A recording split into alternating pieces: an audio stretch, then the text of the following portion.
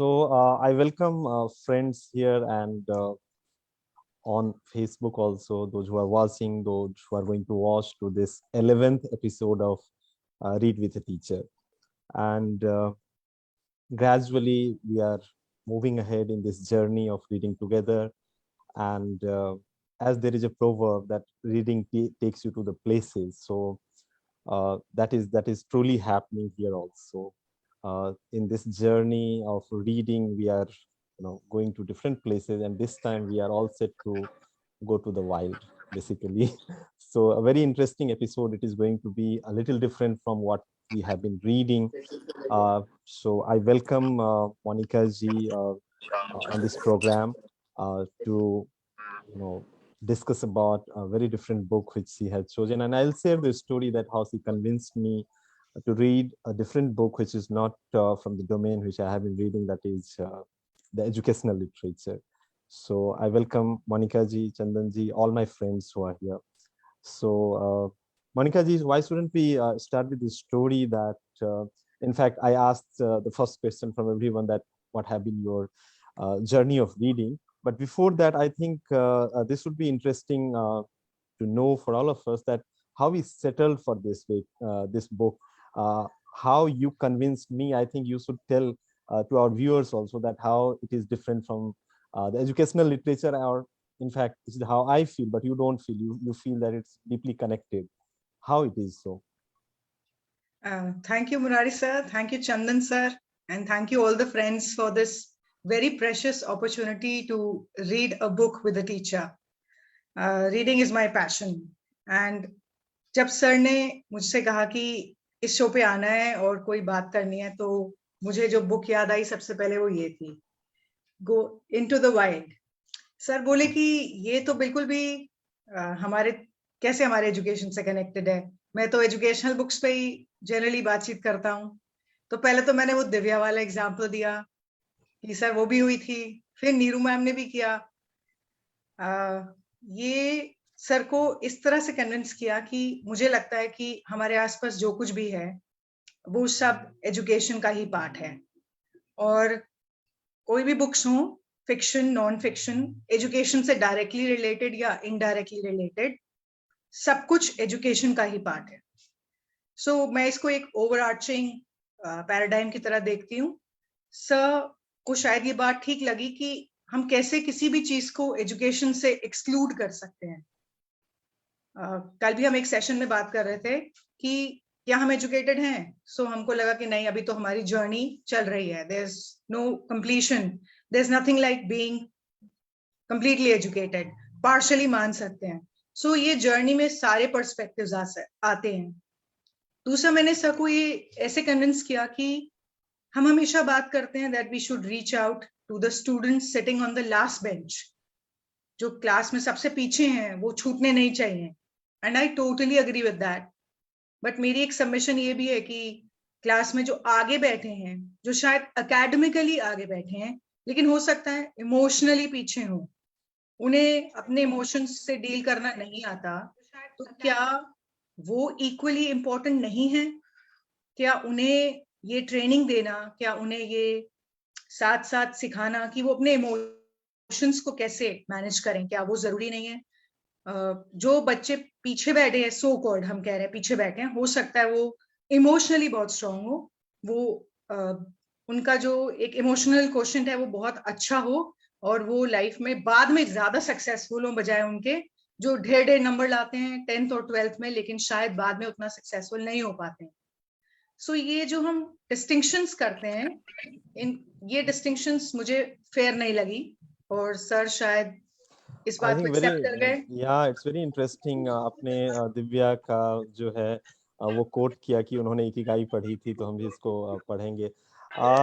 That's true. I mean the interesting thing is कि it's a read with a teacher, and it becomes extremely interesting for me कि जो हमारे readers होते हैं वो अपनी बुक लेकर के आते हैं कि आई विल रीड दिस। दो सूप प्लेट दियो शगुन। प्लीज या दो soup plate. So that I find really fascinating, that they have their own idea of education, their own vision, and they see how this particular book fits into it. we have our own reasons that why we try to promote the educational literature, as I have been telling it, again and again, that the educational literature which aims, to make teachers read, and I think it has the least number of readers, the educational literature. So this is one of the reason why I keep talking about it, why I try to promote it, because we don't have readers, so we don't have even writers. We can take even 10 names in the whole country of 1.5 billion people who writes in education. So this is one of the reason. But definitely, sometimes in between, we will read about all those books, and particularly we can't say no to a reader who is so passionate about the book they are going to choose. That was the case with Divya. That is the case with you, Monica ji. I think it's the time, even before I'm coming to that original question, that what has been your journey of reading. I mean, let's share with us that your fascination with this book. You were sharing very interesting story with me. This is the time to share with all. Sure, sir.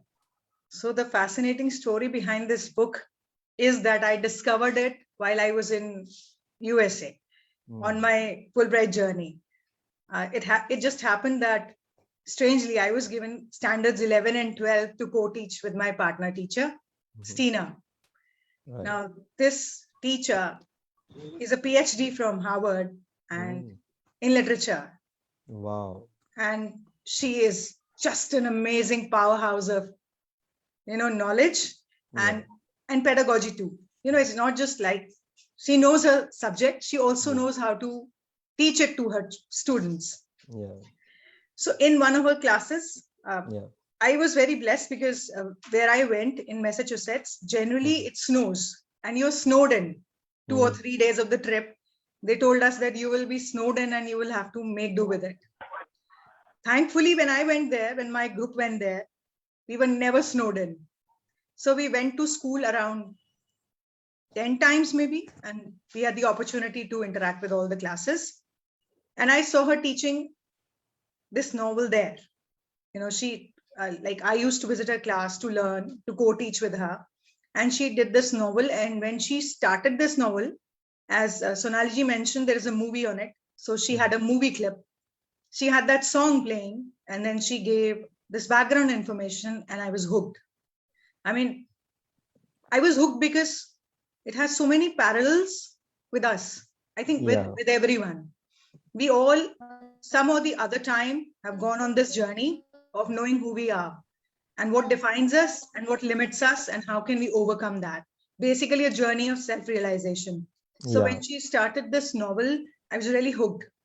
And then, we kept talking about it. She told me about Chris and what all he did. And then she asked me to read it. The copy that you see here is gifted by her. She gave it to me. So I brought it here and I kept it here. And my son, he was very fascinated when he saw this. And he just kept moving around with this one book. He left everything else. And being an Indian mother, a typical fearful mother, I was like, why is he just taking this book? And, why is he not picking up other books? Because this journey of Chris didn't end very happily for him. So I was a bit scared. I hid the book. But during Diwali cleaning, I again found it. While reading it with you, I realized that fears are to be faced, just like Chris did. They are to be overcome. And now I have started reading it out with him. I've offered to read it out with him. So that's the shift in my perspective also. So I think I just see in the waiting room, one of your friend from Tunisia is going to join. She has already joined. So friends, let me tell you that Monica ji is a Fulbright scholar. I'm introducing her a little late, and she has friends from across the globe, and a couple of her friends from like Cambodia, from Peru, from Tunisia. They are here, and the teacher she was talking about, a Harvard graduate, in fact, a PhD from Harvard. She was also supposed to join from the US, but because of the time difference, she could not. But we have some surprise. She might be here on this screen. Monica ji, that was really interesting. The book you are talking about, and particularly when you introduced it to me, I found it very, very interesting while I started reading this book. And this is the book, which you really take you to a particular journey. And I remember, I think you were telling or somebody else, um, the other book I was reading long back, Alchemist, that kind of feeling I was having, the similar kind of, though in a different genre. So it's a really very fascinating book. I'll take a minute, before I bring you to the book. Uh, yeah, share with us. That's a question which we ask from everybody, that those who are here with us, taking interest in the reading of the book, it's not the first time they are reading. They have a journey of reading. So like, how has been your journey of reading books? So I began reading very early. I think my father made sure that I read, and I began with newspapers. So he at a very young age, I think I was in class 2 or 3, when he wanted me to read the English newspaper loudly. Wow. So he could see how I was reading. Then my teachers in school were very supportive. I went to a public school. We had a very well furnished library, and whatever library reforms we are seeing in our schools today, I had access to it back then. So we had fairy tales to read, and we had lots of other fiction. It was compulsory also in our school to read at least one novel in each class, beginning class 5 onwards. Wow. So that just got me hooked. And I remember I read Don Quixote to begin with, and then Charles Dickens novels. And till this day, I don't know, that Charles Dickens thing has just seeped into me, and I carry him around with him. His novels really appeal to me a lot. After that, it has been a journey where gradually my taste became eclectic. Now I read everything from science fiction to books on management, and whatever I can lay my hands upon, whatever is lying around me. Actually, my husband is very fond of reading. He has a huge collection. Murari-sir, someday if you visit my place, I will show you what we are actually designing a library right now. So the kind of books he has, the eclectic collection he has, and the way we keep talking about books, and indirectly trying to motivate our children to read, that is my journey of reading. So I mean, as I can see, a common link that you have been in a print rich environment, and a nice parenting and a good exposure to a school. I want to ask one question to you, that Monica, as a person, as a scholar who is so inspired to read, doesn't Monica as a teacher stop it, that why do you need to read now? You are already a teacher. Sir, as I told you, I personally believe that we are never completely educated. Like, I have a huge, insatiable desire to learn. मुझे कुछ ना कुछ नया जानते ही रहना है. In fact, जब कुछ लोग इकट्ठे होते हैं, कोई social gathering भी होती है, and people are talking about fun things, and they're doing fun things. I'm a crackpot who is looking for some nuggets of wisdom. मुझे लग रहा होता है यार कुछ मिल जाए इधर से उधर से जो मुझको नहीं पता है, मुझे ऐसा कुछ जानना है. So maybe that way I'm a seeker, and I think I'm always going to be a seeker. That's fantastic. That's fantastic. So I think now it's the time that we come back to the book.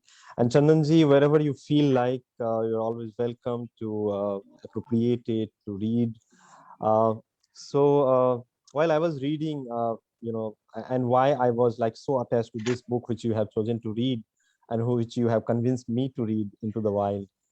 At a time, particularly, neither professionally nor for this program, I want to read anything other than the educational literature. So something is very fascinating. What's the name of the character? Alex, right? So while I was reading about him in this book, so I was able to visualize all those streets and places where he has, spent some years of his growing period. At Fairfax County in Virginia, the United States.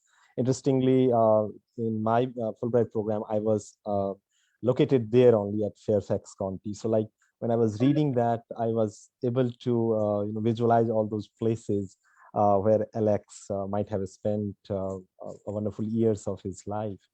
I think you start telling us about the book is about, what the book is about, how the stories were captured, because you were sharing with me that it has its journalistic inputs, and the book come from that domain basically. So that is very fascinating story, I feel, and from there only you should start sharing it with us.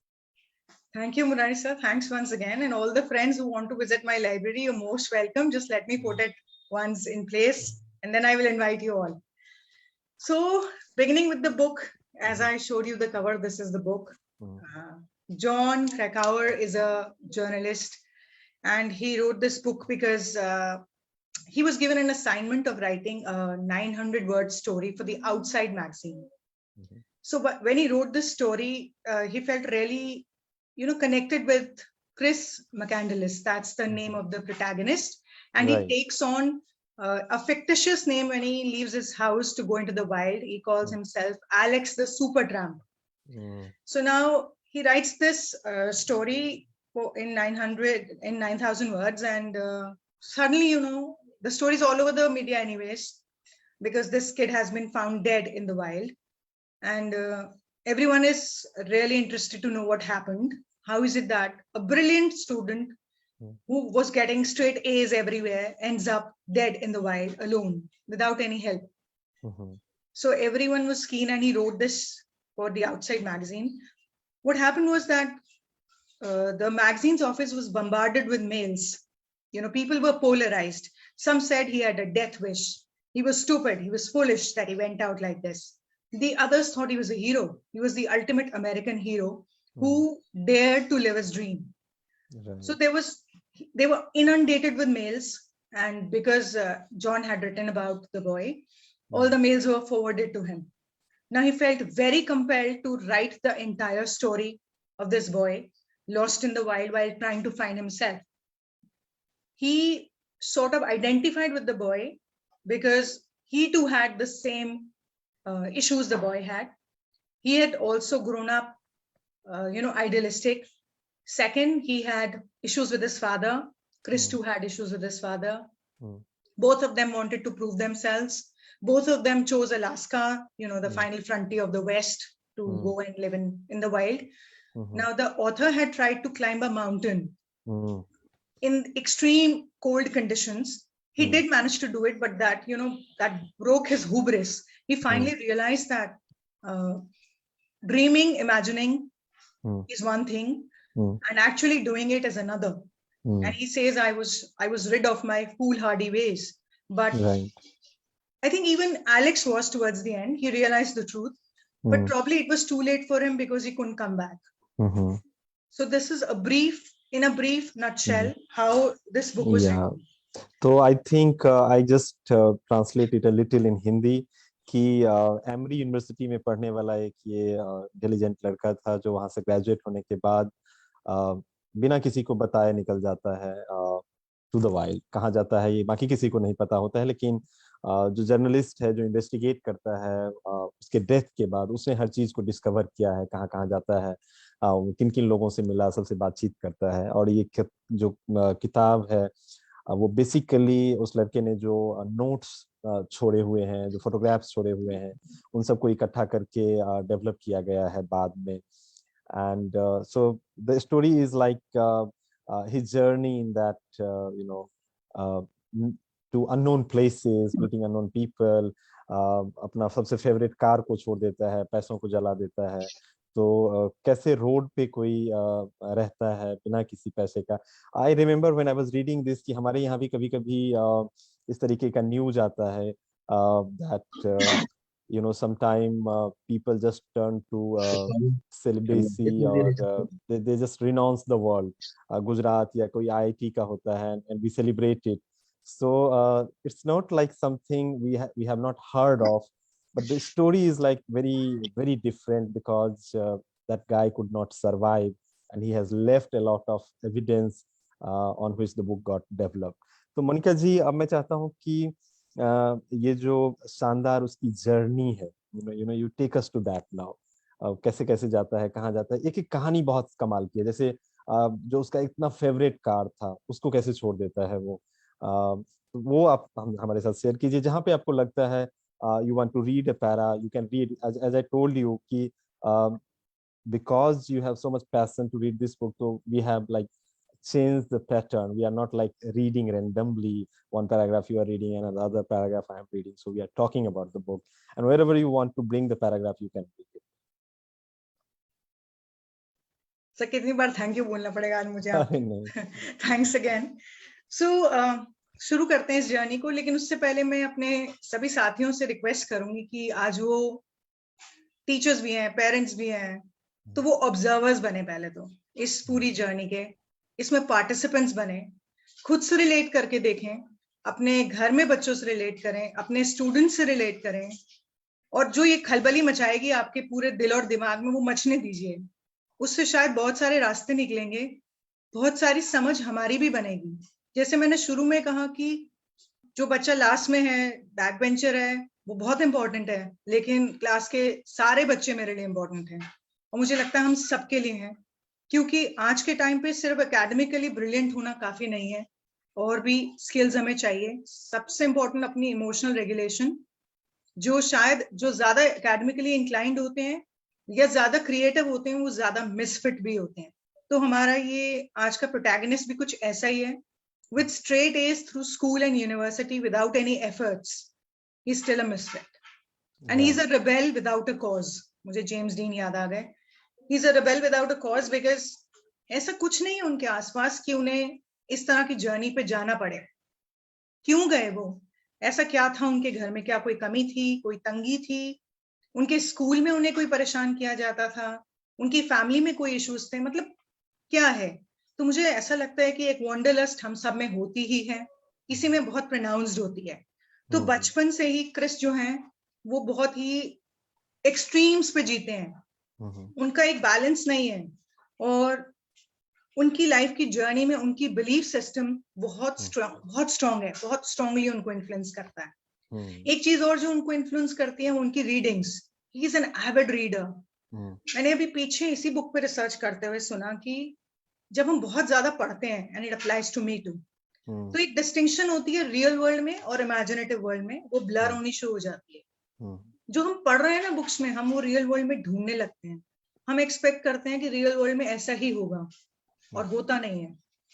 सो कितनी सारी बातें, कितने सारे themes हैं, parent child relationship, school में उस बच्चे का अपने टीचर्स के साथ रिलेशनशिप, पियर्स के साथ रिलेशनशिप, कैसे वो इतना इस तरह का होते हुए भी कितना जबरदस्त टीम लीडर है, वो कैसे अपनी टीम को इंस्पायर करता है, वो किस तरह से अकेले ये जर्नीज करता है, उसकी ये इनवर्ड आउटवर्ड जर्नी चलती ही रहती है, कभी भी खत्म नहीं होती है।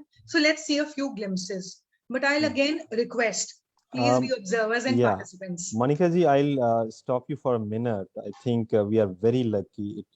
It's very rare that our mentor, Dr. BP Pandey, finds time to come on this program. So he's here.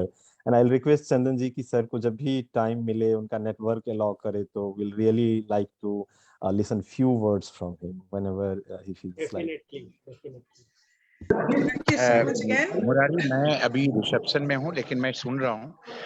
Congratulations Monika, continue करो, क्योंकि मैं अभी, आप देख रहे होंगे कि मैं बेंगलोर में रिसेप्शन में हूँ बैठा हुआ। और यहाँ अभी एक्चुअली सारे लोग बैठे हैं, इसलिए मैं ज्यादा बोल नहीं पाऊंगा। मैं किसी समय बगल में साइड में बैठकर सुन रहा हूँ। आप लोग कंटिन्यू करो, ठीक है ना? और चलिए, all the best. Thank you. Initiative है, इसको आप शुरू करो, कंटिन्यू रखो। Thank you.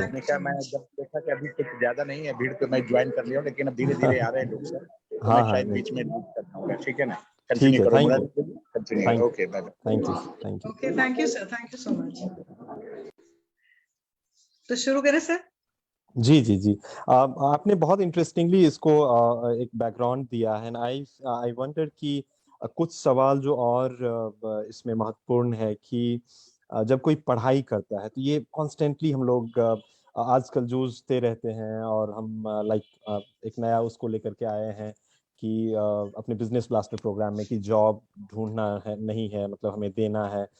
तो इस क्रिस मैकिन्से के जरिए भी जो तमाम सवाल हैं कि what is success in life, what is happiness, you know, whom would we call intelligent child? इन तमाम सवालों को मुझे लगता है उसके जीवन के जरिए हम समझने की, उसको जानने की कोशिश कर रहे हैं. Isn't that? Yes, sir. है ना? Definitely. और आपने, मुझे लगता है, जो शुरुआत में मुझसे बहुत इंटरेस्टिंग बात कही थी और आपने यहाँ भी शेयर किया है कि जनरली एजुकेशन पॉलिसी का, एजुकेशनल थिंकर्स का फोकस होता है कि जो गरीब कमजोर बच्चे हैं, यहाँ पढ़ाई में भी कमजोर बच्चे, उनको हम कैसे प्रमोट करें, आगे लाएं. बट जनरली वी फील कि जो इंटेलिजेंट बच्चे हैं will take care of themselves, वो इग्नोर्ड रह जाते हैं. लेकिन शायद उनको भी कितनी कितनी ज्यादा सपोर्ट की जरूरत होती है, ये भी क्रिश की कहानी से हमें समझ में आती है. Isn't that? मुझे जी. लगता है इन तमाम सवालों को आप ये कहानी बताते हुए एड्रेस करेंगे. I think. जी sir. Yeah you can go ahead. Thank you sir. तो मैं शुरू करती हूँ. सबसे पहले तो जो कवर पे ये 4 लाइंस हैं मेरे कवर पे, इन्हीं में पूरी स्टोरी आपको पता लग जाएगी. मतलब ऐसा स्टोरी में कुछ नहीं है कि हम इसको सोचे कि बहुत लंबी है. एक्चुअली इससे जुड़े थीम्स, क्वेश्चंस, क्वेस्ट और किस तरह से इसको प्रेजेंट किया गया है, कैसे कंपैरिजंस किए गए हैं, कैसे हमने अपने आप को उसकी जगह रख के देखना है, अपने आप को भी पहचानना है, अपनी भी एक ट्रांसफॉर्मेटिव जर्नी अभी देखनी है. वो शुरू करते हैं. सो जॉन कहते हैं, इन अप्रैल 1992 a young man from a well-to-do family hitchhiked to Alaska and walked alone into the wilderness north of Mount McKinley. His name was Christopher Johnson McCandless. He had given $25,000 in savings to charity as soon as he finished college. उसके पास एक fund था, उसने वो सारा बचा हुआ fund Oxfam नाम की एक चैरिटी है जो वर्ल्ड वाइड हंगर को फाइट करती है, उसने उनको दे दिया. Abandoned his car, the yellow Datsun that was so precious to him. वो जब एक अपनी इसी जर्नी पे वाइल्डरनेस में एक जगह फंस गए जहां पानी खूब आ गया, तो he didn't even mind abandoning his car. He said, पैदल ही चलता हूं. धीरे धीरे उन्होंने अपनी सब प्रॉपर्टीज को अबैंडन किया. And most of his possessions, जो भी चीजें उनको बहुत प्रिय थी, burned all the cash in his wallet. अपने पर्स में से जितना पैसा था निकाला और जला दिया. अब उसकी फोटो भी ली कि मैंने ये पैसा जला दिया. सो वो ये सब डॉक्यूमेंट करते जा रहे थे अपने जर्नल्स में और अपनी फोटोज में. मुझे ऐसा लगता है कि जैसे एक पिलग्रिमेज पे थे, like a monk who is trying to find himself, पर साथ ही साथ अपनी फॉल्स स्पिरिचुअलिटी को शेड भी कर रहे थे. You know, there is this one thing of talking about spirituality, सिर्फ बातें करना. There is another of living it. He aspired to live it. और फिर and invented a new life for himself. 4 months later, his decomposed body was found by a moose hunter. इतनी सी journey है, इतनी सी कहानी है कि हमने कॉलेज छोड़ दिया, कॉलेज पूरा कर लिया with top rank, everything. Parents want him to pursue law.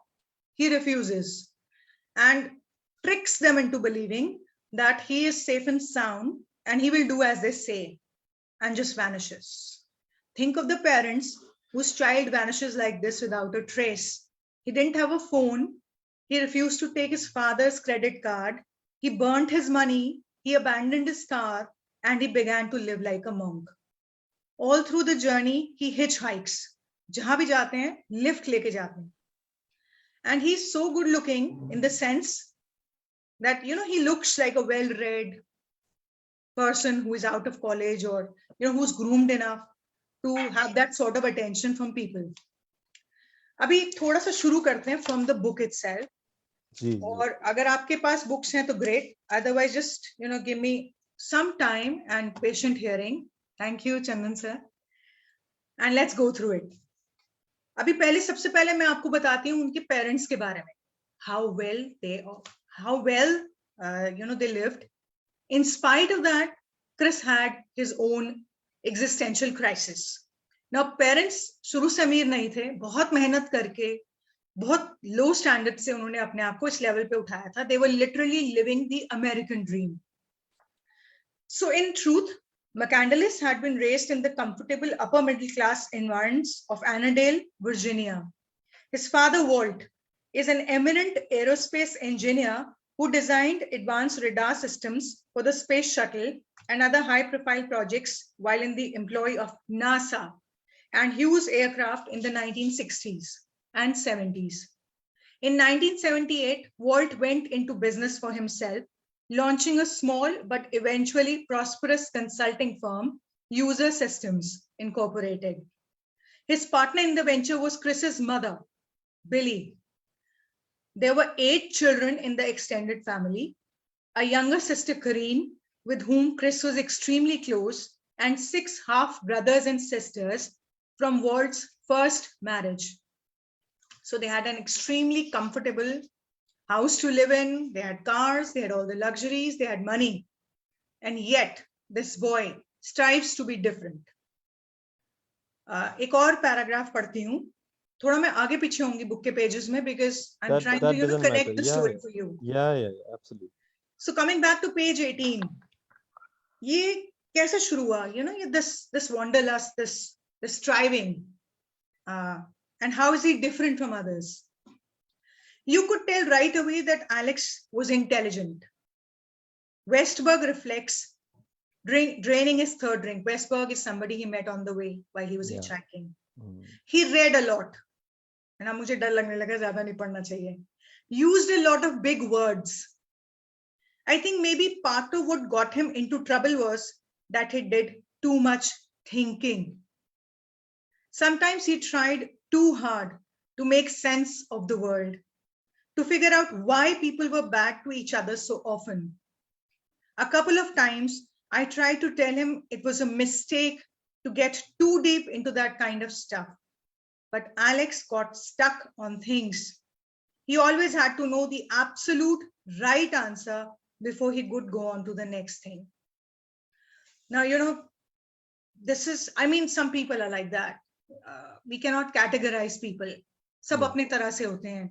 और हमारे यहाँ भी हमने सुना है कि कुछ हमारे संत ऐसे हुए हैं जो बहुत ही छोटी उम्र में they had this very different view of life. उनकी aspirations ही different रहती थी और वो अपने उन experiences को fulfill करने निकल जाते थे सब कुछ छोड़ के.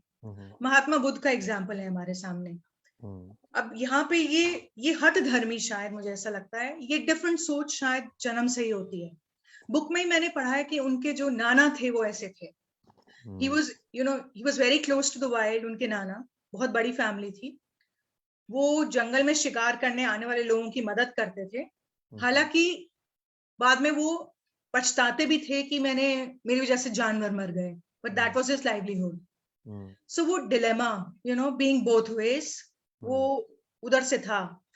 Then his mother was also very strong-headed. She had risen in life. She was very hardworking. Same for her father. तो कुछ genes में भी आ जाता है, certain traits are transferred. Gene, the gene prison. You cannot escape it. I cannot escape my genes. Nobody can. Maybe we can strive to outdo them, but we cannot escape them completely. So ये उनकी इस तरह की सोच थी. उनकी ये deep thinking उनको मुश्किल में डालती थी. उनके heroes थे कुछ. Since he was an avid reader, उनसे वो बड़ा inspired थे. और ये जो हमारी book जिन्होंने लिखी है जॉन क्रैकावर, वो खुद भी उनसे inspired थे. उनके बारे में भी थोड़ा बताती हूँ. और एक बड़ा valid question raise होता है वहाँ. ये pages हैं 43 and 44. तो मैं पढ़ती हूँ. Alex was big on the classics. Dickens. And Dickens is a big time social reformer. I view him like that. उनके आप सब novels देखिए. The kind of struggles he portrays in them, how his protagonists overcome those struggles or are consumed by those struggles. इतने realistic लगते हैं और timeless लगते हैं. So this boy used to read him. H.G. Wells, The Time Machine, Mark Twain, Jack London. Now London was his favorite. He tried to convince every snowbird. ये एक book fair में है, एक ट्राम्स का book fair हो रहा है, मतलब बुक्स बेच रहे हैं सेकंड हैंड. जो निकल रहा है उसको वो लंदन ही बेचना चाहते हैं. और लंदन की बुक का नाम क्या है? Call of the wild. अभी क्या है? मैकेंडलिस had been infatuated with London since childhood. London's fervent condemnation of capitalist society, his glorification of the primordial world, his championing of the great unwashed, all of it mirrored McCandless's passions. Mesmerized by London's turgid portrayal of life in Alaska and the Yukon, McCandless read and reread The Call of the Wild, White Fang, To Build a Fire, and Odyssey of the North, The Wit of Pawcatuck, etc. He read all his books. He was so enthralled by these tales, however, that he seemed to forget that they were works of fiction. और I was waiting कि आप लियो Tolstoy पे कब आएंगी जिसने उसको बहुत deeply influence किया हुआ था. So constructions of the imagination that had more to do with London's romantic sensibilities than with the actualities of life in the subarctic wilderness. McCandless conveniently overlooked the fact that London himself had spent just a single winter in the north and that he had died by his own hand on his California estate at the age of 40, a fatuous drunk, obese and pathetic, maintaining a sedentary existence that bore scant resemblance to the ideals he espoused in print. तो sir यहाँ मेरे को आपसे और sir से पूछना है कि कहना है कि हम अपने हीरोज तो चुन लेते हैं लेकिन वो हीरोज अच्छा उन हीरोज से हम बहुत इन्फ्लुएंस भी होते हैं बट कितना सही है किसी हीरो से इस लेवल तक ऑब्सेस हो जाना किसी और की थॉट्स को पूरी तरह से अपनी थॉट्स बना लेना और फिर उनके साथ जीना और मर भी जाना how valid is that Yeah, I think we should not answer this question. This is the question for everyone to think and reflect upon. And in fact, we don't have the answer, right? And the other thing I wanted to bring here, Monica ji, कि इसकी जो कहानी है जिसमें अभी आपने बात की कि कैसे इन कुछ राइटर्स का इसके ऊपर इन्फ्लुएंस था. एक बार मुझे जब ये हाई स्कूल में था उसी वक्त बात कर रहा था कि ये साउथ अफ्रीका जाएंगे वहाँ अपार्थाइड के खिलाफ लड़ेंगे. So he was like a revolutionary right from the beginning in his ideas. And interestingly इसके ही उम्र की जो इसकी सिस्टर है जिसके साथ इसका काफी अच्छा रिश्ता था काफी बातचीत होती थी लेकिन वो मतलब he was like completely against the idea of capitalism but that sister was full of praise for the capitalism. She was very much in accumulating money, living a luxurious life. That has also been shown in a very interesting anecdotes in the book, I think. कि कैसे एक ही घर में जहाँ पे काफी interaction होता है मैकेंस्ले और उसके सिस्टर का they have grown up together. लेकिन कैसे अलग अलग आइडियाज को दोनों एक तरीके से प्रमोट करते हैं उसको जीते हैं. So in that sense, a lot of bigger questions, whether socialism or capitalism, where a family, a community life, or a life, in the forest or into the wild, in सब की जो dichotomy है, which in fact all of us, face at certain point of time. In fact, the idea of success as the mainstream people, how they visualize success, जैसे उनके mummy papa के sense में था कि they worked hard. और बार बार दिखाते हैं कि एलेक्स के जीवन से कि जब वो स्कूल जाता था तभी फादर को देखता था काम करते हुए, जब आता था तब भी काम करते हुए, जब खेल के आता था शाम में तब भी, और जब रात में सोने जाता था तब भी. And this is how they earned money. This is how they became wealthy. And then he questions कि मतलब इस तरीके की लाइफ का क्या मतलब है. But on the other hand, this is how the society portrays success. And Alex was actually questioning that success. कि फिर इस तरीके के सक्सेस का क्या मतलब है. And the famous line I remember कि he was hungry but happy. ये लाइन बार बार आता है इसमें कि भूख से तड़पता रहता था, भूखा रहता था लेकिन खुश था. So that I found is like so amazing. तो आप उसके ट्रैवल से, जब वो नदियों के किनारे, समुद्र में, डेजर्ट में चलता रहता है, वहां से कुछ बताइए, सुनाइए. जरूर सर, लेकिन आपकी बात मैं थोड़ा जोड़ना चाहूंगी, फिर आगे बढ़ते हैं. सो आपने कहा कि अभी हमने शुरू में भी EMC की बात की थी ना, एंटरप्रेन्योरशिप की. सो उसकी सिस्टर बहुत ही जबरदस्त एंटरप्रेन्योर बाद में बनती हैं, एस्टैब्लिश होती हैं, और वो कहती हैं कि जो मैं अपने माँ बाप को सोचती थी कि वो क्या करते रहते हैं, आज मैं एग्जैक्टली वही कर रही हूँ. लेकिन मैकेंडलिस की भी एक बहुत मजेदार जर्नी बताना चाहूंगी इसी संदर्भ में भी। और सो जब वो 8 साल के थे तो उनका घर बहुत बड़ा था, उन्होंने वहां पे गार्डनिंग करी और खुद ही कुछ सब्जियां उगाई और उनको अपने डाल के गाड़ी में ले गए और पूरे पड़ोस में बेचा। हर कोई कह रहा था अरे ये 8 साल का बच्चा कितना क्यूट है, और उसकी वो सब्जियां बिक गई। थोड़े और बड़े हुए, जब वो स्कूल में ही पढ़ते थे तो उन्होंने सेल्समैन का काम शुरू किया एक कंपनी में। और जब उनका कॉलेज में एडमिशन हो गया एमोरी यूनिवर्सिटी में, तो वो जो कंपनी के मालिक थे उनके पापा के पास आए, बोले मैं इसका सारा खर्चा उठाऊंगा पढ़ाई का, इसको एमोरी मत भेजो, इसको यही रह के ना मेरे साथ काम करने दो, because he was such a brilliant salesman. लेकिन जैसे कि वो थे ही, उन्होंने बिल्कुल साफ मना कर दिया कि नहीं मेरा कोई इंटरेस्ट नहीं है, ये तो मैं बस अपनी लर्निंग्स के लिए कर रहा था। And he went to Emory. So बहुत सारी कॉन्ट्रडिक्शंस हैं। एक तरफ उनमें वो नैक है, उनमें वो ज़ील है, उनमें वो ड्राइव है कि he can be a great capitalistic entrepreneur. दूसरी तरफ वो अपनी एग्जिस्टेंस को, इन सब कैपिटलिस्टिक चीजों को वो देखते हैं, क्वेश्चन करते हैं कि ये सब मेरे सर्वाइवल के लिए, मेरी एग्जिस्टेंस के लिए कितनी इंपॉर्टेंट है। तो there is always this seesaw going on is life, इधर जाऊं कि इधर जाऊं। So sometimes he is running towards it and sometimes he is running away from it.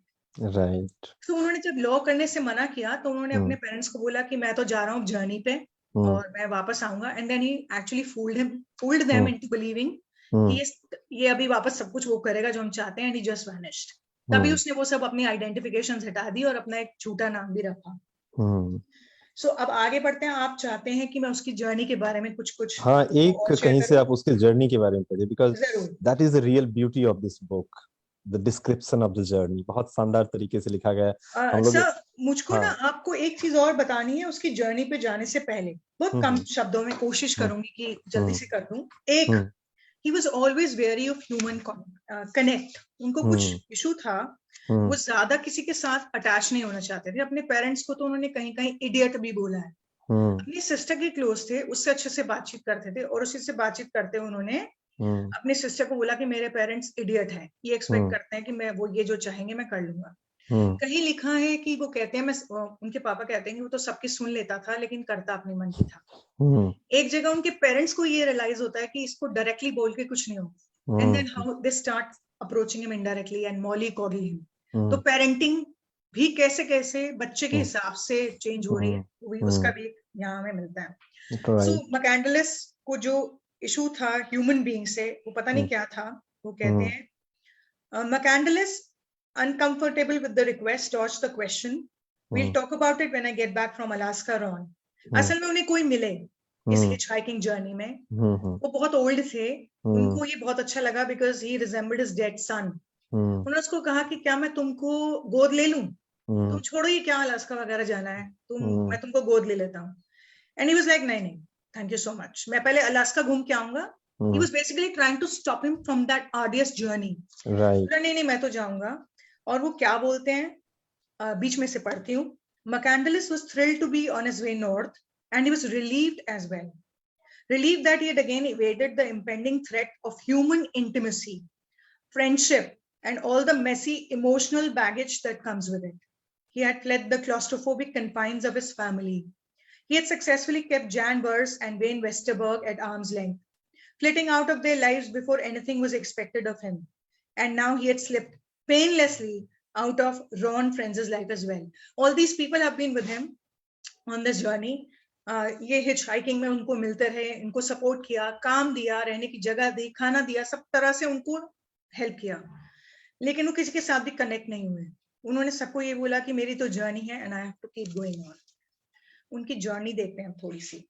और ये जिसका आप जिक्र कर रहे हैं, जो इनको अपना एक तरीके से सन के रूप में अडॉप्ट कर लेना चाहते थे, बाद में वो खुद बदल गए, वो खुद टेंट में रहने लगे, है ना? उन्हीं के कहने से, क्योंकि एलेक्स उनको बार बार कहता था कि इस you know nobody finds happiness by stagnating, by staying where you are. आप क्या जी रहे हो? आपको तो जीने का मतलब ही नहीं पता है। ये सब बेचो अपना घर, सारा सामान, और एक आप भी खरीदो अपने लिए कुछ कैंप वैम्प का सामान और निकल जाओ। And he actually did that. वो जाके वाइल्ड में रहने लगे। He was so convinced of what he said Yeah. और वो वहां उसका इंतजार करते रहे कि वो Hmm. वापस लौट के आएगा, जबकि वो नहीं आया. And then he got the news of his death and he was devastated. कहते Hmm. हैं उसके बाद उस दिन मैंने भगवान में विश्वास करना छोड़ दिया. हाँ, जिस दिन उन्हें पता चला उस न्यूज कहते के हैं उसके बारे बाद मैंने सोच लिया कि भगवान नहीं है. पहले उनके में। बेटे को ऐसे एक्सीडेंट में वाइफ और सन को ले गया था. And then when Alex died he just gave up on God. तो हाँ। इतने लोग उनसे इमोशनली जुड़े थे, इतने लोग उनके साथ हम्म। थे इस जर्नी में. हम्म। बार बार जो हमारे राइटर है वो बोलते भी है कि मैं सब्जेक्टिव हूँ थ्रू आउट, इसको ऑब्जेक्टिव मत मानना, ये सारा मेरा सब्जेक्टिव व्यू पॉइंट है.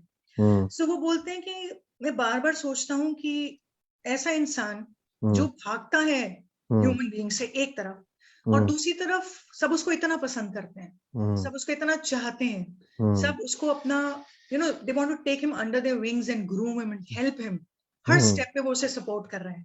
लेकिन वो हमारा नादान हीरो शायद उसकी हुब्रिस है कि अरे मैं इंडिपेंडेंट हूँ और मुझे फ्रीडम चाहिए, मैं कोई रूल्स नहीं मानूंगा, मुझे अपने हिसाब से जीना है, मुझे मत बताओ क्या करना है. That being told right is not acceptable to him. तो सर आप तब तक बात करिए, मैं ढूंढती हूँ एक पैराग्राफ जो जर्नी को हाईलाइट करे अच्छे से. राइट राइट मुझे लगता है चंदन जी ने भी आइडेंटिफाई करके रखी हुई है कुछ पैराग्राफ्स को जो पढ़ना चाहते होंगे. और चंदन जी, आपका कैसा एक्सपीरियंस रहा इसको पढ़ते हुए? यहाँ पे दो चीजों की तरफ इशारा करना चाहूंगा कि अक्सर जो है इसको एज अ प्रोटैगनिस्ट पोर्ट्रे किया जा रहा है, बट मैं इसको अगर एक इंडियन कॉन्टेक्स्ट में देखता हूँ तो ये सब कुछ हो सकता है, एक नायक नहीं हो सकता है. क्योंकि जो सब कुछ छोड़ के और मतलब दुनिया से नाता तोड़ के एक तरीके से निकल जाए, मतलब अजीब किस्म की यायावरी में, तो वो सब कुछ हो सकता है. मतलब हमारे पास ऐसे हैं लेखक, या मतलब नागार्जुन रहे हैं, निराला हुए, हजारी प्रसाद द्विवेदी हुए. तो लेकिन अगर आप देखें तो मतलब पाएंगे कि जब तक ये लोग थे इनको अच्छा नहीं कहा गया, मतलब एक अच्छी दृष्टि से नहीं देखा गया. हालांकि इनके जाने के बाद लोगों ने उस तरीके से चीजें जो है इनके बारे में खोजी, संकलित किया काम को, तो कमोवेश वही स्थिति जो है हमारे इस नायक की भी दिखती है यहाँ पर. लेकिन जो एक चीज है जो somehow हुक करती है एज अ रीडर आपको, वो ये है कि that how he was consistent about documenting all the places he went to, all the experiences he had. Plus, he was kind of describing the situation, the atmosphere, the weather, the people he was meeting with, how they were treating him. So it's a kind of like, he was kind of a diary, kind of, diary come journal, he was maintaining a diary come journal, which gave kind of, a sneak peek that, the author, that how, things happened into his life. And how we can think that okay, he was some sort of on a journey. If he was not writing these things, we had no idea that what exactly happened and why we should stop and have a kind of introspection on it.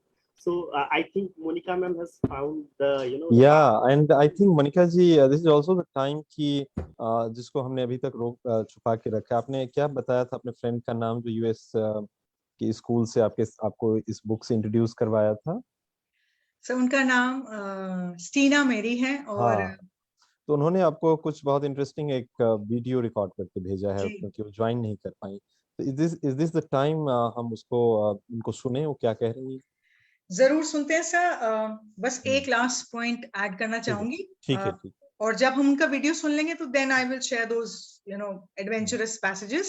Sir ये जो हमारे hero हैं, ये अभी चंदन sir ने बोला कि ये हीरो नहीं है, और ये एक कंटेंशन है बहुत बड़ी. ये बुक 30 लैंग्वेजेस में ट्रांसलेट हो चुकी है. वर्ल्ड वाइड कॉलेजेस में, स्कूल्स में करिकुलम का पार्ट है. और हमेशा ये डिबेट होता है, स्टीना भी हमें बताएंगी कि आपको लगता है कि वो हीरो थे या नहीं थे. अभी ये तो एक क्वेश्चन है जो हमें कंसिडर करना होगा. बट इतना जरूर बता दूं कि क्रिस बहुत स्ट्रॉन्ग हेड है and he refuses to be coached. अगर उनकी कुछ स्किल्स में लकूना है, अगर उन्हें कुछ नहीं करना आता है तो वो ग्रेशियसली एक्सेप्ट नहीं करेंगे कि मुझे ये नहीं आता है, और कोई सिखाना चाहेगा तो सीखते भी नहीं है। एक तो ये हिंड्रेंस है उनकी पर्सनालिटी में, और ये उनको बहुत इसका उनको एक हेवी प्राइस लेना पड़ता है टुवर्ड्स द एंड। मतलब पूरी जर्नी में उनका ये बार बार दिखाया गया है कि वो नहीं सीखना चाहते हैं, अगर कोई सिखाना चाहता है तो भी, और लास्ट में वो ये रियलाइज करते हैं, you know, when you are out in the wild on your own, आपने कर लिया जो करना था, अभी वो सच समझ में आने लगता है। आई थिंक हाँ मोनिका जी, ये जो डिबेट है हीरो थे या नहीं थे, हमारे एजुकेशन में जो एक क्रिटिकल पेडागोजी का डोमेन है, जिसके बड़े चैंपियन रहे हैं पॉलो फ्रेरे, बाद में हेनरी जिरू, नोम चॉम्स्की को भी हम इसमें मान सकते हैं, हालांकि वो लिंग्विस्ट हैं। तो इसमें जो सवाल पैदा कर देता है वही हीरो है। मुझे लगता है एलेक्स ने बहुत सारे सवाल पैदा कर दिए हैं, and from that perspective of critical pedagogy, we can see him as a hero because he's raising so many questions for the readers, right? I think Chandan ji, can we play that जो उन्होंने हमें record करके भेजा है?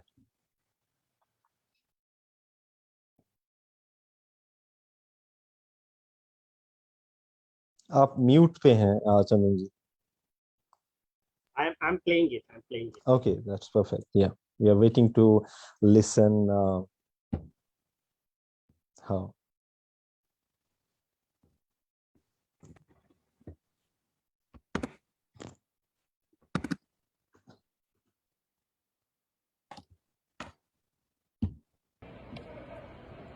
Hello. My students are probably much better at making videos than I am, but I am going to try. I'm here to talk to you a little bit about Into the Wild and why I choose it and why I think it's an important book to read with my students. So the first thing I wanted to go over are two of the authors that he bases his work on that I think are really important for students to learn about. The first is American romantic author Henry David Thoreau. Henry David Thoreau was a huge inspiration for both the author of Into the Wild, Jon Krakauer, and for the main person that the book is about, Chris McCandless. One of my favorite quotes by Henry David Thoreau is the following. He says, "I went to the woods because I wanted to live deliberately and suck out all of the marrow of life, so that when I came to die, I didn't realize that I had not yet lived." So in the class, I talk to students about what is the difference between just going through life and going through the motions and actually living. The other author that inspired the book Into the Wild was Jack London, so another American writer who wrote about nature and the wild. And he wrote a book called Call of the Wild that featured the main character as a dog. And the dog was torn, his name is Buck. The dog was torn between wanting a civilized and comfortable life and wanting a life in the wild. And I think that's a lot of what Chris McCandless felt throughout his life. So Chris McCandless, main person in Into the Wild, he found himself having finished college, done very well at Emory University, and he was still dissatisfied with life. So he sold everything that he had, and he decided to burn all his money, burned all the money in his wallet, and embark on an adventure throughout the U.S. So we traveled all through the U.S., and I'm not sure if you guys who are hearing about the book have read the book yet. And his ultimate goal was Alaska. He thought it was the last kind of pinnacle of American wilderness. So one of the things I do before I teach a book with my students is I ask them, what are the essential questions? So these are the things that by the end of the text we'll have talked about, you'll have learned about, and we'll have focused on. So one of the things we talk about is, what is the American dream? And is it even possible for us to currently live the American dream? So then we talk about what the American nightmare is. And we talk about whether or not Chris McCandless falls into either of those categories, whether us as human beings here living in Chelmsford, Massachusetts, whether we fall into those categories. We talk about students' conceptions of success and failure. Was Chris a success or was he a failure? He dies in the end, as it says on page 1 of the book, but was he still somehow successful at achieving his dream? We talk about, where are my students? Where do we get our beliefs about what is valuable and what is important to us? And one of the things we talk about too is, are there still like wild areas of America that are unexplored? Are there ways that we can commune with nature and that we can kind of access that wild, primitive side of the self? We also talk a lot about whether there are transformative experiences in the American culture that kind of are coming of age experiences. We don't have anything that really unifies us, and maybe Chris McCandless going out into the wild was trying to experience that kind of primitive coming of age, like I can conquer over something experience. We talk about whether or not taking a risk changes us as human beings. And I ask my students to think about, like, have you ever taken a risk and how did it change you? I remember one student telling me that he took a 7-day hike with some of his buddies the summer before his senior year of high school. And it was like no phones and no connections. And it was like 7 days in the wilderness of New Hampshire. And for us, that's a big deal. So I remember.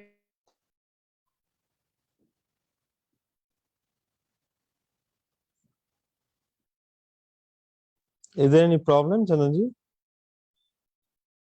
Chandanji, can you hear?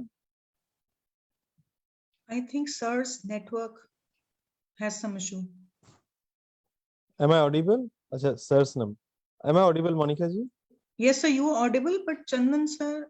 Okay, fine.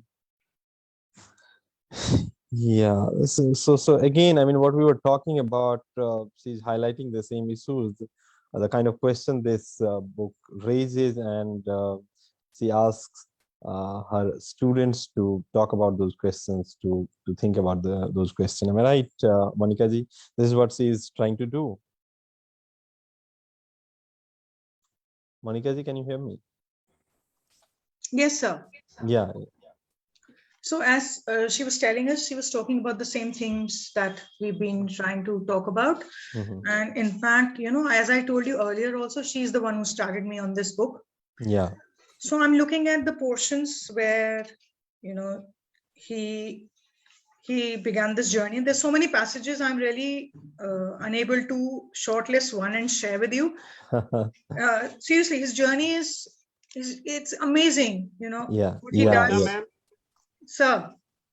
So, you know, I would like to show our audience how that, you know, we can use such books in our classroom. That, you know, in her second video, she is talking about the assessment part. I think for our audience, because I can see that most of the teachers are from, you know, the language background, so they can, you know, take things further up in their classroom. So I'm going to play the second part, and then we can, you know, have the discussion on that. So yeah, that you play. And Monica ji, one of the objective of Read with the Teacher is to make our you know, audience read the book. We are not here to read everything for them.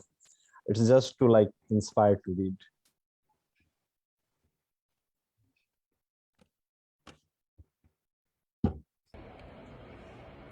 So for my Into the Wild final assessment, I give students 2 assignments. The first is a traditional standard essay. So they have to write a 5 to 7 paragraph essay on one of the major themes we've talked about. Maybe they want to talk about why people in general have such a fascination with disaster, with stories that don't end well. They can talk about how the father-son relationship permeates its way throughout all levels of the text, both with Christopher McCandless, the character person in the book is about, and also with the author John Krakauer and his difficult relationship with his father. We talk about whether or not Chris McCandless is a hero, and even though he dies, if so, why he was a hero. One other thing I have my students do is I have them watch the documentary Free Solo about Alex Honnold, who's a hero in America, in my opinion, because of the athletic achievements that he's able to conquer. And I have students compare, Alex Honnold survives, but Chris McCandless doesn't. So does that make a difference in how we understand the two? Alex Honnold famously said, anybody can be happy and cozy. Nothing good ever happened from us being happy and cozy. So I have students write an essay, and then they have a secondary project, which I call a mini project because it's smaller, and I give them a bio belt assignment. So in the book Into the Wild, Chris McCandless learns how to tool leather. He learns how to kind of carve images into leather with heat. I have students make an imitation of it, and Chris picks things that are really important in his life, in his past, in his journey currently, and that he hopes for in the future, and he puts them on this belt that he then wears. And you can actually Google, you can see the belt still exists. And I have students make like a fake belt. They don't make it out of leather, but they make it out of paper, and they pick images that are important to them, so things that matter. I love it when they're colorful, and I love it when I can see a student's belt and without their name identify what it is. Like, I can identify this as the student who made it because I know how much she loved music. I know that she played on the tennis team, and I know that traveling back to China to see her family was really important to her. So that was why the airplane. Here are a couple of other examples of the work that my students have done. I'm looking at the back because this is a student I had last year, and I remember her fondly as well. Students can do black and white. In this one, you see a student who has several siblings in her family, and she's represented that symbolically. Lacrosse is very important. She's actually a freshman in college now, and she's playing lacrosse at college. Some of the students have longer belts. In this one, you can see this is a Harry Potter fan. She was from House Slytherin, if you know anything about Harry Potter. And she talks about some of the things that are important to her. And the last one I'll show you, this is a student for whom everything was a trajectory. She started with her birth and all throughout her life, the religious foundation, the things that were important to her, her friends in high school and her travels, and ending, she hopes, with a happily ever after and that college experience. So then we ask the question, what do you need in life to be happy? And even though Chris dies in Into the Wild, was he happy in the end? Did he die with a sense of comfort and happiness in the self? So hello, everyone who's listening. I don't know how many people Monica said we're gonna do it. I miss you, Monica. Monica had a great experience here at CHS. So I hope you recognize the old classroom, empty now, and let me know if you have any questions. Bye. Oh, it was really, really nice listening from her. And I think the questions he left us with, Monica ji, we would like to hear from you on that question. And that will be the time we have to come to the end of this program. And but before we come to the program, first you share the question which she raised and what is your take on behalf of this book. And we'd also like to see your friends who are from different countries to come on the screen if they can come and share something. Yeah, Monica ji, go ahead. So Kik, Huda, if you're here, please put on your videos. Martha, Chandan, I just saw you. Yeah. Yeah.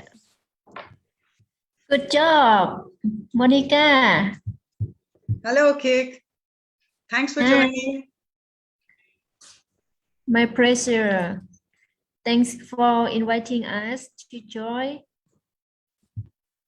I hope you're liking the session we are having. Yeah, sure. Great Let's job. have fun for Monica. ourselves too. Today, my internet very slow, so I just Okay, turn that's off fine. the That's fine. video. Okay. Yes. Thank you. Thank you so much. That's fine. Okay, so let me quickly read through a passage that shows his adventure, and then we will conclude with, you know, the way he is actually able to shed that false spirituality and transform himself towards the end. I think that is very precious, and that is my takeaway. I'm sure most of us have at some or the other point pondered over these existential questions, resolve them for ourselves. Some of us must have done that. Some of us are on the journey, and the way he resolves it is fascinating. I think it could be an example of how we could encourage our children rather than sending them into the wild here in the classroom itself to, you know, uncover certain answers for themselves. Yeah. So I would read out this passage quickly, and I'll keep it short. Yeah. We know all of this because McCandless documented the burning of his money and most of the events that followed in a journal snapshot album he would later leave with Vaine Westberg for safekeeping before departing for Alaska. Although the tone of the journal, written in the third person, in a stilted self-consciousness voice, often veers towards melodrama. The available evidence indicates that McCandless did not misrepresent the facts. Telling the truth was a credo he took seriously. After loading his few remaining possessions into a backpack, McCandless set out on 10th July to hike around Lake Mead. This, his journal acknowledges, turned out to be a tremendous mistake. In extreme July temperatures, he became delirious. Suffering from heat stroke, he managed to flag down some passing boaters who gave him a lift to Calwell Bay, a marina near the west end of the lake, where he stuck out his thumb and took to the road. McCandless tramped around the west for the next 2 months, spellbound by the scale and power of the landscape, thrilled by minor brushes with the law, savoring the intermittent company of other vagabonds he met along the way. Allowing his life to be shaped by circumstances, he hitched to Lake Tahoe, hiked into the Sierra Nevada, and spent a week walking north on the Pacific Crest Trail before exiting the mountains and returning to the pavement. At the end of July, he accepted a ride from a man who called himself Crazy Ernie and offered McCandless a job on a ranch in Northern California. Photographs of the place show an unpainted, tumble-down house surrounded by goats and chickens, bed springs, broken television, shopping carts, old appliances, and mounds of garbage. After working there 11 days with 6 other vagabonds, it became clear to McCandless that Ernie had no intention of ever paying him. So he stole a red 10-speed bicycle from the clutter in the yard, pedaled into Chico, and ditched the bike in a small parking lot. Then he resumed a life of constant motion, riding his thumb north and west through Red Bluff, Weaverville, and Willow Creek. There are other adventures that he took. There was a journey he took to Mexico via river. Then there is this journey he took to Alaska. And all these are, reverberating with excitement, with lots of risk taking. But then there is also this, overhanging sense of doom. Will he be able to do it, or will he not be able to do it? That is how the writer has presented the story. Now coming to the end part. Yeah. Yes, Murari sir, you want to? Yeah. Continue. Okay, so keeping time in mind, now I would like to bring you to the end. He dies of starvation. Actually, what happens is when he begins his hike into Alaska, he comes to a bus near the Sushana River. That is the 142 number bus, the image that you see on the cover of this book. So he comes here and he decides to settle in this bus before, he thinks this is the best place. There's nobody coming here. And then there are supplies in the bus. And he is able to sleep there. He can cook there. So he makes it his lodging place.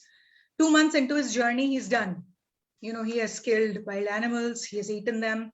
He has looked for fruits, for wild plants, potatoes and peas and everything that he can find there. And he's eaten them. He's losing a lot of weight, though he's fit as yet. He's becoming emaciated, and he's done with his adventures. He has finally realized that living alone away from civilization is not going to answer his quest. He has to go back and he has to find himself. So the first learning that he talks about is given on page 167, and I find it very fascinating, as I've already shared with you. I will just reiterate. He says, henceforth, will learn to accept my errors, however great they be. His error is that he has finally hunted a moose. He's been able to do that. And there's tons of meat and it all goes waste because he doesn't know how to cure it, how to preserve it. And that's when he says that I should have learned it before coming here. There is also people, there are people commenting on his survival techniques. They say he was ill prepared. If he would have read any guide, he would have understood how to survive in Alaska. Number 2, he didn't take any maps. If he had taken a map, he would have realized that there were 4 cabins around the place where he was, and they had supplies where he could have existed, he could have lived. But since he didn't have a map, he was trying to challenge himself. He never realized that he could go there and save himself. Third point, that when he decided this, when he learned that he had made an error and he wanted to go back, he realized that he couldn't do it because the river that he crossed while coming there, and which was very shallow back then, during the months he had come there in July and now in June, and now what had happened was that the river was flooded because of the heat. The glaciers had melted and the river was he couldn't cross it. So though he wanted to come back, he comes till that river after 2 months and he goes away because he cannot cross it. He knows he doesn't have the strength to cross it anymore. He will be drowned, which Ron thinks is a good decision. But then he goes back and he survives on whatever food he can find, but he's losing weight. And then he makes that one fatal mistake. He eats certain seeds, lots of seeds that have, some kind of fungus on it. These seeds are not healthy. They're alkaloids. I was reading they produce some kind of alkaloids in his body. Chandan sir can tell us better. And that poisons him. His body is unable to use the fat. He already doesn't have any fat. He stripped of all fat. And he's vomiting, he's nauseous, and he knows he's going to die. So before that, he again makes, he says something, he shares something which is very profound. If we can make sense of those 2-3 words, I think none of our children will have to go into the wild. He says, happiness only real when shared. He finally realizes this profound truth. This journey of his, which cost him his life, I hope he lived, this journey of life has taught him finally that great truth. We all are connected to each other in some or the other way, and we cannot exist in isolation. He traveled there. There were people who gave him lift. There was this gentleman who dropped him at the end and gave him homemade sandwiches because he could see he was just carrying 10 kg of rice and nothing else. So he finally realized that this realization calmed him down. So at that point, when he's about to die, he knows he's going to die. He steps out very bravely with a note, SOS note, that he pastes on that bus. He stands there and takes a picture. And his face is as calm and his eyes are as radiant as a monk who has finally realized what life is all about.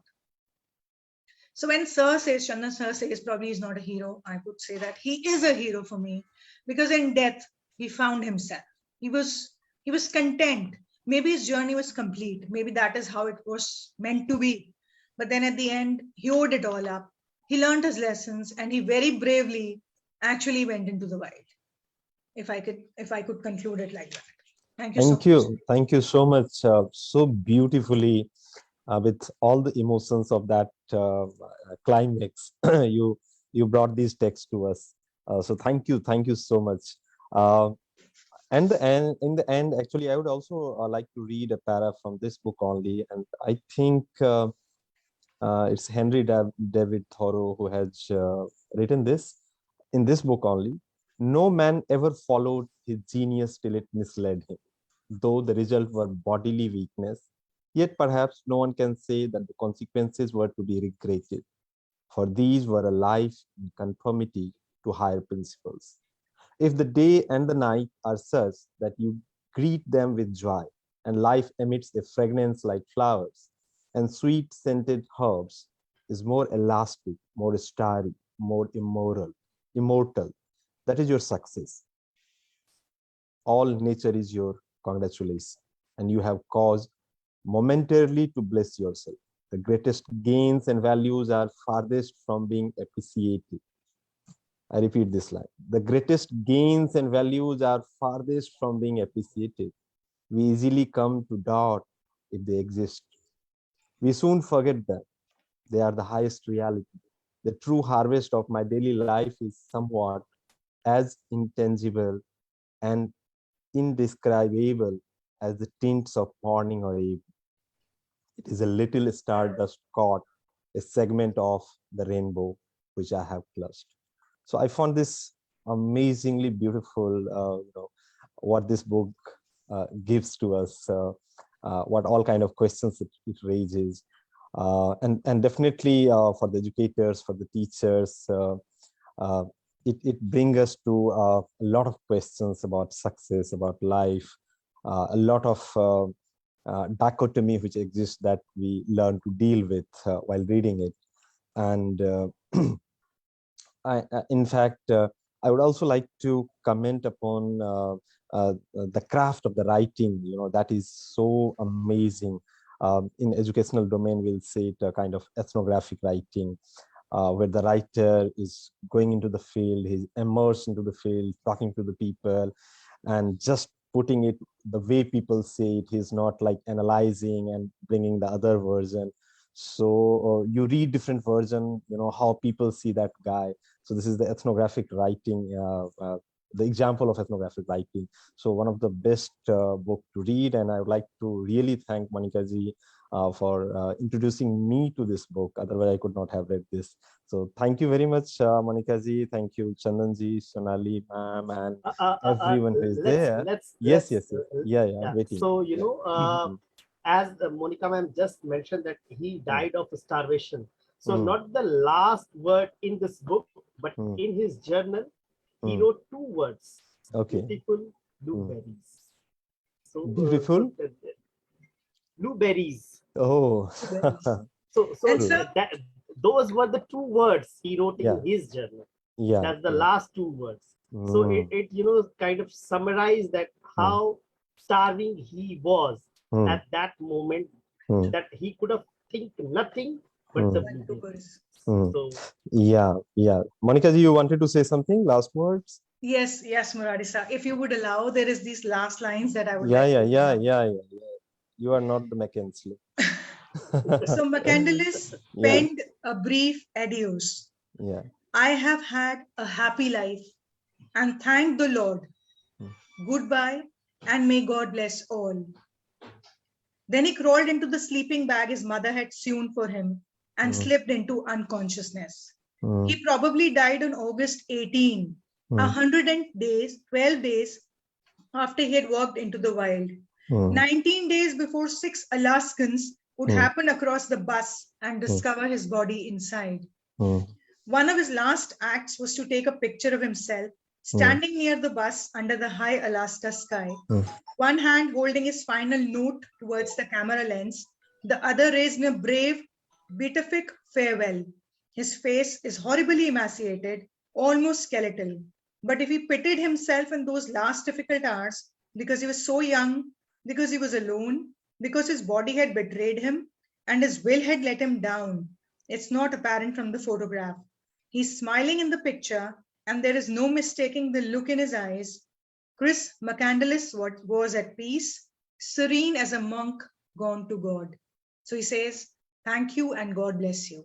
I also say, thank you everyone and may God bless you. Thank you everyone. And I would appeal you all to read this book. And today we have read the 11th book at Read with a Teacher with 11 amazing teacher friends. I hope the journey will continue and we will be reading more and more books. So thank you everyone for joining, and soon we will be here on Read with a Teacher with a new book with some other wonderful teacher. Thank you everyone. Some of you may stay to have a conversation once I stop the live conversation. So thank you.